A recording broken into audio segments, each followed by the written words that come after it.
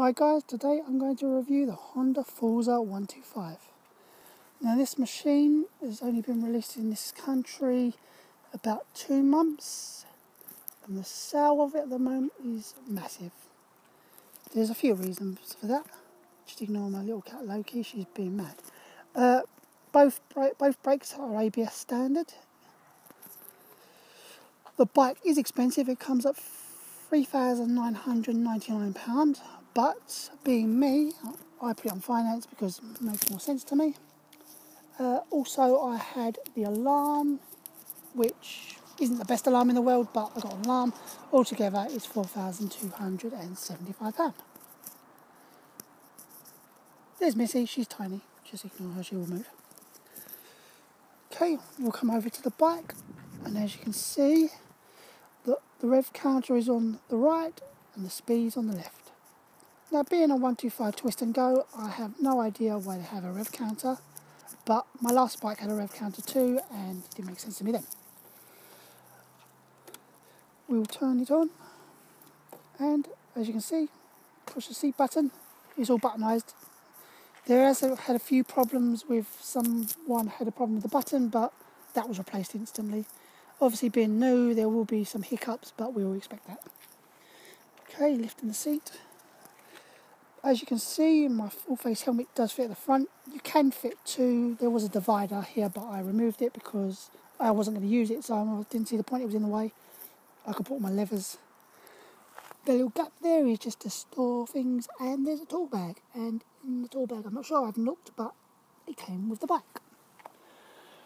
As most people noticed, there is no underlights. There is no I'll say that. There is no light under the seat.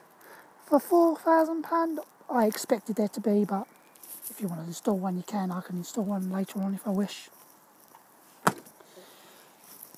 Next one is the fuel button. Push it, and it opens up.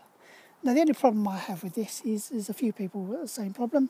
Is if the button gets stuck and you're out of fuel, we know what's going to happen.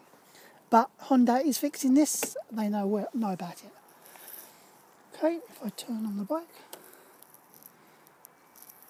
Now I'm not sure about other bikes, but this bike in particular, as you can see I've got the main stand on. If I just have the side stand on a minute, and I go to start the bike, which I will, as you can hear, it's not starting. There is a cutout switch on the stand, switch it up. And there you go, it starts away. Now, there is an ABS light here. Everyone's got it on there as soon as they start it up. Ride for a few minutes, it will vanish. Right, regarding the LCD screen, there is trip 1, trip 2, and miles. And there's also mile per gallon. Now this bike is known to do 128, I'm not mistaken, maybe a bit more. But for some strange reason, the trip meter only reads 99. So that's a bit of annoying if you want to know that, but that's easy done because you can switch it into litres. But at the moment, I'm getting used to the bike, so I won't be doing that. Now, these mirrors. There's a reason I have these cheap-looking things here. They don't come with this bike, no. Now, if you read about the bike, you'll understand. If you're new to the bike, basically the mirrors don't move. They move a little bit like that and a little bit like that. Now, if you're me or most people, the mirrors don't actually see behind you. So you have no chance to see your blind spots. So these little mirrors here obviously help me see my blind spots, because there's no way you can look behind you and ride at the same time, like all the time. And if you're like me that likes to go on dual carriageways, you need to see what's behind you because you're going to get squashed. If you come here, there's a main beam, there's a horn, and obviously there's the indicator.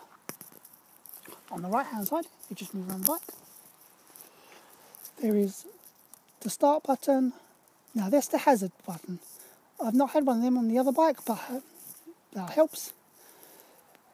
This is the idle stop. If people are not aware what the idle stop does, is if you come to a set of traffic lights, you're waiting now, the bike cuts out. Now all you've got to do is pull the lever and the bike starts up again. It saves fuel, which is handy. Now regarding the fuel, my last bike had 6 litres, this has 11.5 litres. So all the way around it should be fine, you should fill it up 300 miles and you're away. Now as I mentioned earlier, the thing I don't like about them is the mirrors. Yeah, it's nice with the indicators are there, but the problem is it's blind spots. So unless you want to put cheap mirrors on it, or eventually I'm sure Honda will find a way to probably put extension ones on, but at the moment we haven't got anything like that. Now both back and front are all LED. I will not show you the back because my number plate isn't hidden. But if I should try and show you when I turn the bike on, I'll do that now. Okay. Main beam on.